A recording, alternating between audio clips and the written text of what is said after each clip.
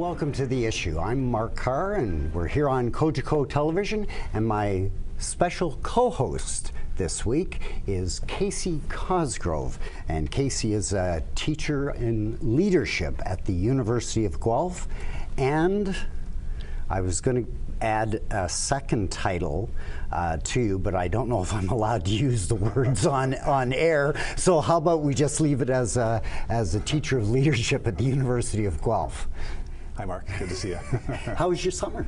It was a good summer. Yeah, it was very interesting. Lots of quiet time, lots of time with family. So. And you just finished the Terry Fox run. Just did on Sunday. It was fantastic. How many people were out to that? A lot this year. Is that right? The number of we don't have the results in terms of money. Craig Gardner, who runs the Terry Fox run, that stuff takes a few days to come in. But in terms of attendees, it looked to me like there was as many as there's ever been. Is that right? Yeah, I saw Brian Hegel, who has been a co-host on this show, and he was chasing his mum, so she was ahead of him. I saw that. Yeah. She's quite fast, actually. Yeah. We want to welcome you to the issue, and this year it's changed a little bit, as you know, where we're going to have a co-host who brings on a guest, and that ought to shake things up a little bit. Have the guest on, and then we'll talk about some of the issues that are brought up during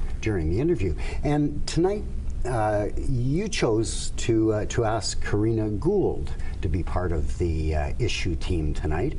Can you tell me why Karina and what we're going to be talking about? Sure. I thought it would be, she'd be a great first guest. Karina Gould is a member of Parliament from Burlington. And there are consultations going on across the country right now around electoral reform. I thought it was timely and relevant. We get a sense of where they're at, what they're hearing. I thought that would make an interesting discussion here. Okay, well let's get to it. And I understand Karina is on the line and just having some technical issues. So, and you said before the show began that you have an interest in this area. Is that right? Yeah, I'm fascinated with not only the process that they're undergoing. This was something that the new government, the majority Liberal government, said that they were going to do. They're now in the midst of going across the country. I don't know where we are in the schedule. Karina can let us know that. But well, speaking of Karina, she's on the line right now. Karina, how are you? I'm good. How are you, Mark? Fine. Thanks for joining us. Glad Hi, Karina. to. Welcome. Hi, Casey. I'll let you fire the first question, Casey. Well, sure. Thanks for joining us. I know that you, in Burlington, it was September 10th that you did a consultation on electoral reform here. Yeah. And I thought the first question would be, maybe you can tell the audience a little bit about that and maybe what you're hearing so far. Sure. So we did our first consultation on September 10th, as you mentioned, in Burlington.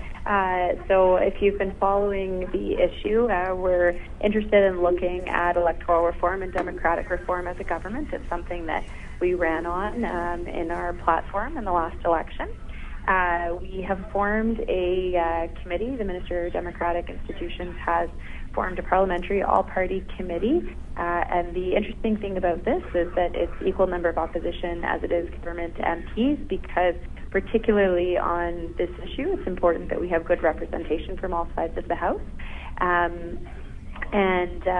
Anyways, the committee has asked parliamentarians to reach out to our communities and to hear from people in our community, from our constituents, what the main issues are and what they think. So on September 10th, I hosted a town hall at Mainway. We had just under 100 participants from the community at large, real good variety of people, different ages, different backgrounds, different perspectives.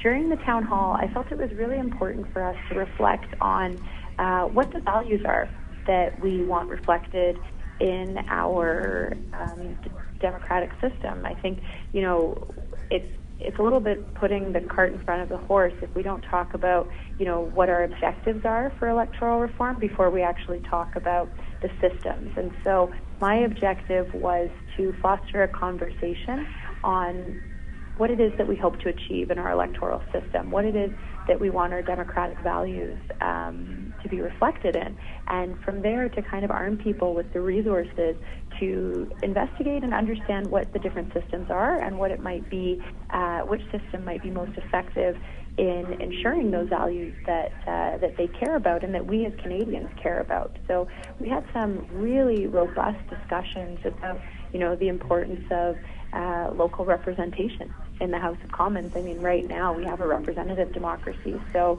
every 100,000 or so people in Canada is represented by one individual member of Parliament. But then we also talked about the importance of party representation. A lot of people feel that, when you go through the first past the post system and you have, I guess, how many? We have 184 Liberal MPs with, roughly 40% of the vote, that those who voted for another party aren't represented in Parliament. So we had some really good discussions about what are the values that we as Canadians care about and how do we want to see those reflected in our Parliament, and then what are the options and systems available that might enable that. But Karina, if I can ask you a question, but when you look at the Liberal Party and the Conservative Party, those two parties have the vast majority of the votes. So what really is wrong with the current first past the post? And why should it be changed? I guess that's a question. Why should it be changed? So, I mean, the question is, and that's something that I posed during the town hall, is, what is it that you want? And I think what we're hearing from a lot of Canadians is that they want it to be more reflective of, Canadian society. They want it to be more diverse. They want to see better gender representation. They'd like to see, votes better reflected in Parliament. The first past the post system that we have is pretty good at producing majority governments, but it's often considered to be a false majority because, our government and the previous Conservative government didn't really go, above 39, 42% of the vote, yet would have, much more than 50% of the seats in the House. And my objective really as a member of Parliament is to inform my constituents of what the options are, is to educate them on what the reality of our system is, because, I knocked on, almost 42,000 doors over the course of the year leading up to the election, and I can say that we have a lot of work to do in educating people about what our system actually is. And so that was part of my objective in the town hall, and I'm going to be providing other materials through my MP newsletter about how people can educate themselves about how our system works, and then what are the other options available to us as Canadians. And the one thing that I really stressed in the town hall is that there are lots of different ways that people elect governments around the world, right? We don't necessarily have to follow any one of those. We can create a solution that's made in Canada that maintains our direct local representation, that perhaps is more balanced when it comes to votes cast and representativeness within the House, but that also achieves the objective of having a greater balance when it comes to gender, when it comes to diversity, when it comes to regional allocation. We can have a made in Canada solution that perhaps doesn't completely change the system. I mean, I don't think that's necessary, but that has a better reflection. I think it's always a good opportunity for us, and it's part of democracy. It's healthy to look within and try to understand how our system works, how it was conceived, and whether or not it meets the realities and the objectives that we have today. When you look at the history of electoral reform, in many ways, giving women the right to vote, in 1921, or giving Aboriginal people the right to vote, those were really major changes in our system, right? That weren't very popular, but I would argue were extremely necessary and made us a better democracy and a better country for it. So what is there today that we need to do to make our country more democratic, to make our system better, and to be better representatives, really, at the end of the day, is what the objective is. Okay, thanks, Karina. I'm curious, is there a mechanism for us Canadians to stay with first past the post system, if that's what people you're engaging, or has a decision already been made that is definitely not, that we're going to change that? And I mean, because you've done these consultations, I'm assuming that we're not moving towards a referendum. In the Twitterverse, on the conservative, a lot of the conservatives in the Twitterverse are screaming for a referendum. I understand your process. Special Committee on Electoral Reform is not moving in that direction. And I would argue that, I mean, talking about a referendum is a little premature, because we don't have something that we're even suggesting, a system that we're suggesting to Canadians right now. Right. But what I'm asking, is there a mechanism to do that? Not that I'm suggesting, or that's something that I'm backing. You read a lot about that. So if we had 2 or 3 options through the process that your government's going through now, would they put something back out there, like the first past the post, back out there for Canadians to look at, or are we past that? Well, I would say that right now we're in the consultation phase, right? Right. So I've asked people in our community, I have to submit, a report to the Parliamentary Committee by October 14th, I believe. So I've asked people in the community, people who attended the town hall, to send me their written submissions by September 30th, right, so that I can compile those. And I will be completely objective and reflective of what I hear in the community. And so that goes to the listeners as well. So, send me an email. It's karina.gould@parl.gc.ca. In the subject line, put, electoral reform, and share what your thoughts are. And check out my website. If you go to it's karinagouldmp.ca, and I have a button called Have Your Say. And in there, I've posted lots of different reports and material on, our electoral system, on suggestions. Have a read through that. Send me an email, write me a letter, and share your feedback. I think the point of the consultation is really to, get the read on what Canadians are feeling on this. Well, you know that we did have a referendum by the Liberal government. Sorry, it was the Conservative government in Ontario, and resoundingly rejected. No, you're right. It was the Liberal government. Was it the Liberal? Okay. Yeah. And it was David Peterson, I believe. But roundly. It was Dalton McGuinty. Or Dalton McGuinty. Sorry, yeah. David Peterson. I'm aging myself. You're getting warmer. Yeah. And resoundingly rejected it. Anything but first past the post. So didn't that give you and your government a little indication about where most people were with this? But the referendum in that case was on a specific new system, right? Yeah. And this, what we're asking right now is, what do Canadians want for our electoral system, right? That's the question at the moment. And that's the feedback that we're looking at. There's no system that's been decided by the government. We're really taking a look at this. The committee is doing work on this and trying to understand, what the objective is. It's possible they could say, actually, you know what, we don't need electoral reform at all. However, I do believe that there's going to be some interesting feedback. There's going to be some good ideas in there that will make us stronger and make us better. I think what's so important is that we've actually generated a national conversation.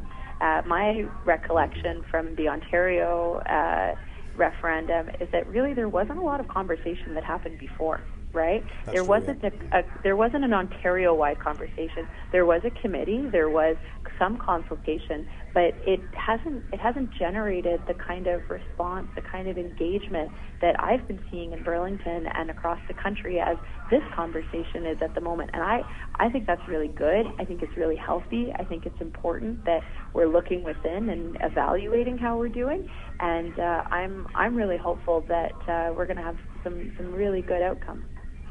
Well, I'm fascinated by I'm glad you talked a little bit about the fact that there could be a made in Canada solution that's a hybrid or some offshoot. I know the five that are most commonly known. I know a little bit about, so I'm glad that we're open to looking at a made in Canada solution too, which is very intriguing to me. Yeah.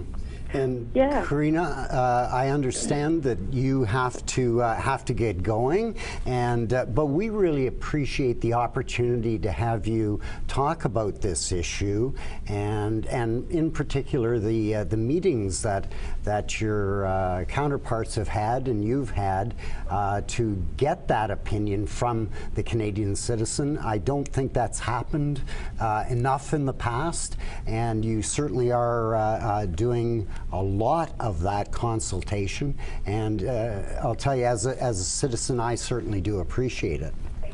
Oh, good. Well, thanks, Mark. And just to reiterate, because I know this is, all of Halton that will be watching tonight, but my colleagues Pam Demoff and John Oliver also held consultations. I had mine September 10th. I believe John Oliver had his on the 12th and Pam on the 14th, and we all had, a really good turnout. And I just really want to encourage your listeners to please get in touch with me. If you have opinions and you have questions on this topic, I'm reading them all, and I'm happy to get back to them as best as I can. And just know that this is what's really important about democracy. At the end of the day, I'm Burlington's representative, and I ran on the platform to be Burlington's voice in Ottawa, and I intend to keep listening and hopefully continue to be having a really thoughtful and engaging conversation on this and many other issues. So I really appreciate you inviting me on, and thanks for the opportunity to have this discussion. And we hope to have you back again on other issues. Now with this phoning in, we can get a hold of you up on Parliament Hill, can we? Yeah, you can, and this is great. So as you know, the House came back yesterday, so I was really glad to be able to have this option. Well, and Karina, from my perspective, anything that engages more people, anything that makes people feel like their vote counts, whether it's provincially or federally, I think it's great. So thank you. Okay, thanks, Karina. Talk to you soon. Okay, great. Thanks so much, Mark Casey. Take care. Thanks. Bye. That was interesting. That all the Liberal members of Parliament have gone out and are engaging the citizenry across the country, not just in Halton. So that'll be interesting. We'll come back and talk a little bit more about it. But first of all, I want to remind you that this is The Issue on Cogeco Television, and you can get in touch with us on Twitter. Where have we got the Twitter? At Cogeco TV Halton, or hashtag The Issue. On Facebook at Cogeco TV Halton, or The Issue. Or you can give us a call. While Karina has left the phone line, you can give us your opinion at 905-333-6088, and we'll be back in just a moment.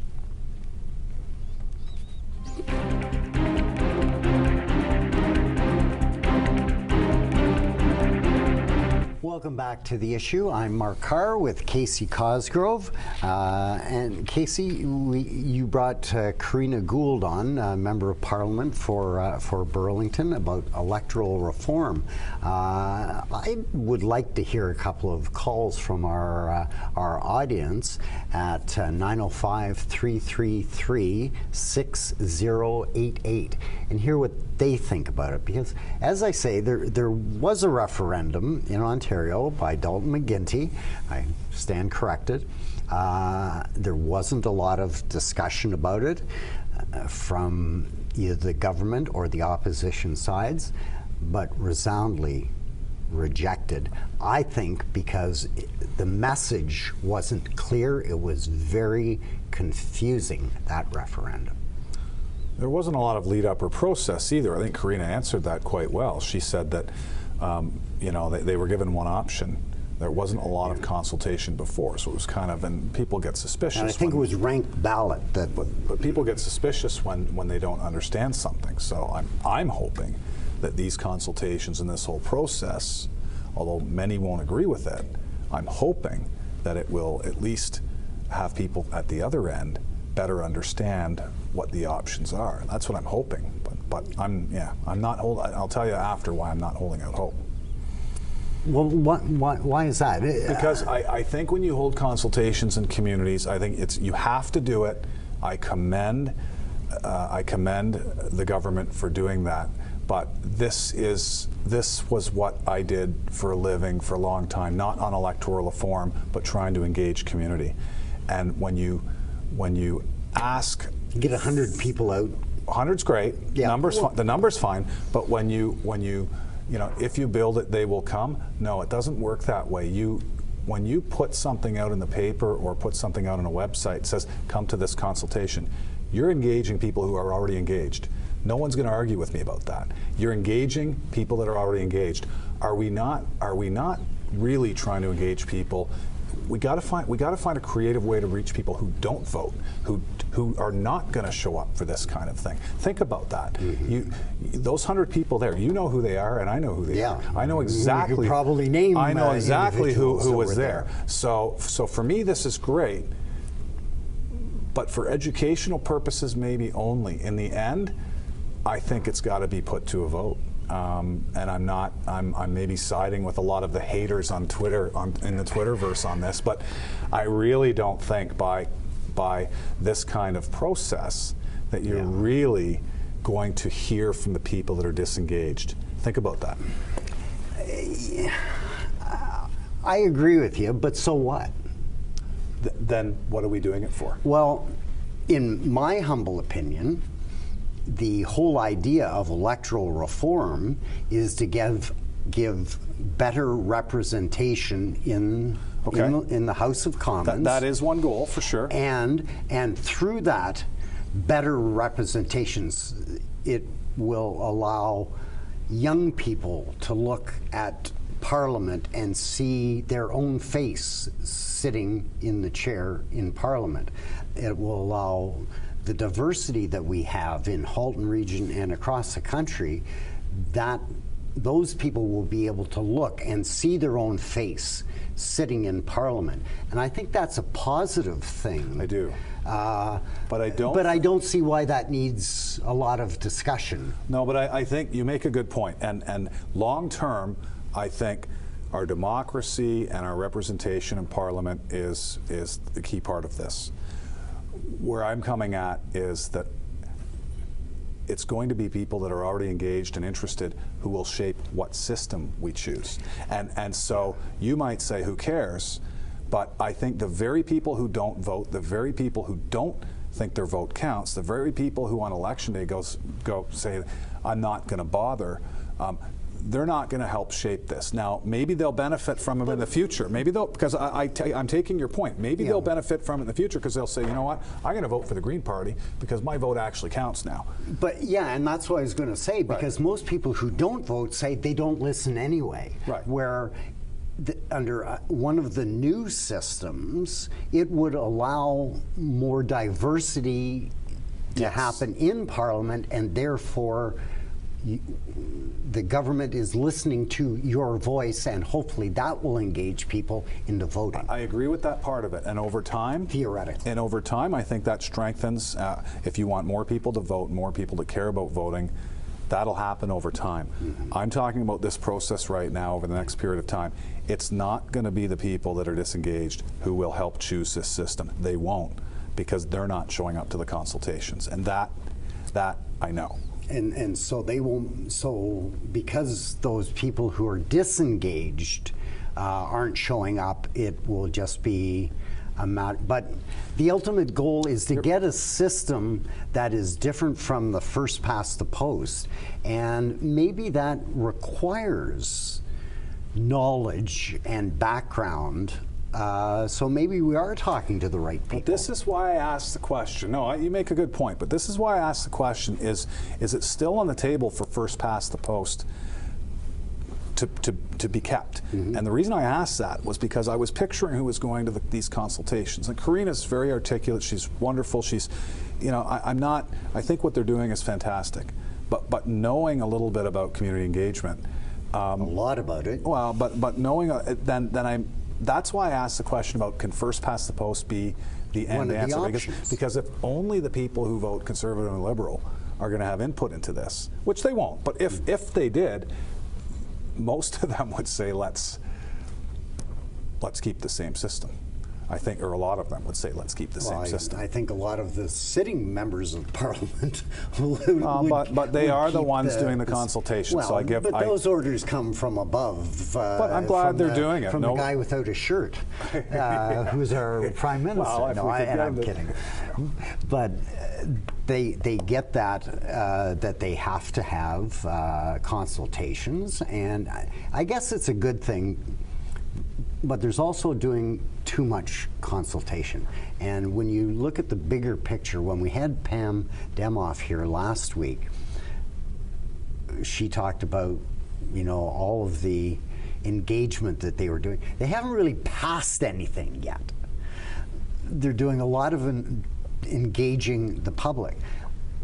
Eventually, they have to start passing some legislation like they said they were going to do, and some heavy issues are part of that. So with this, when you talk about health care, when you talk about First Nations, those are big. All of a sudden, electoral reform starts moving down the list of objectives you want to achieve. It's a promise they made, and in that sense, I think it's one of the easier ones to get going because you can organize these consultations. It's a natural part of the process is to consult. Yeah. So I'll be really curious in the end to see where it goes, because I think you're going to hear more screams. And maybe these are just people who are going to be anti the government anyway, but you're going to hear more screams for let us vote. Well, and I think it's important to say that first past the post is a system that we have now where just you garner a majority of the votes, and that's it. You're the successful candidate. Under various options, various opportunities exist on the other side of things for that kind of reform, but they are very, very different types of government that we will get depending on which one is chosen.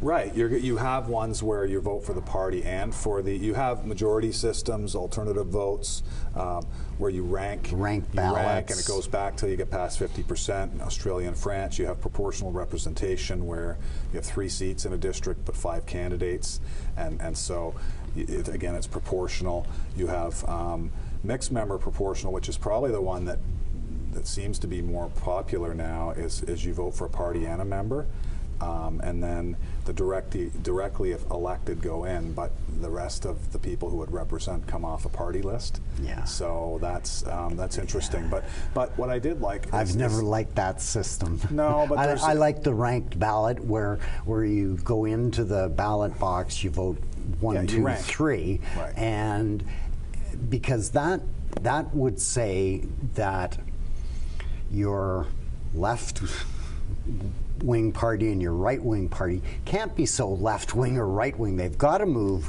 to the center, because what benefits them is being everyone's second choice. Right.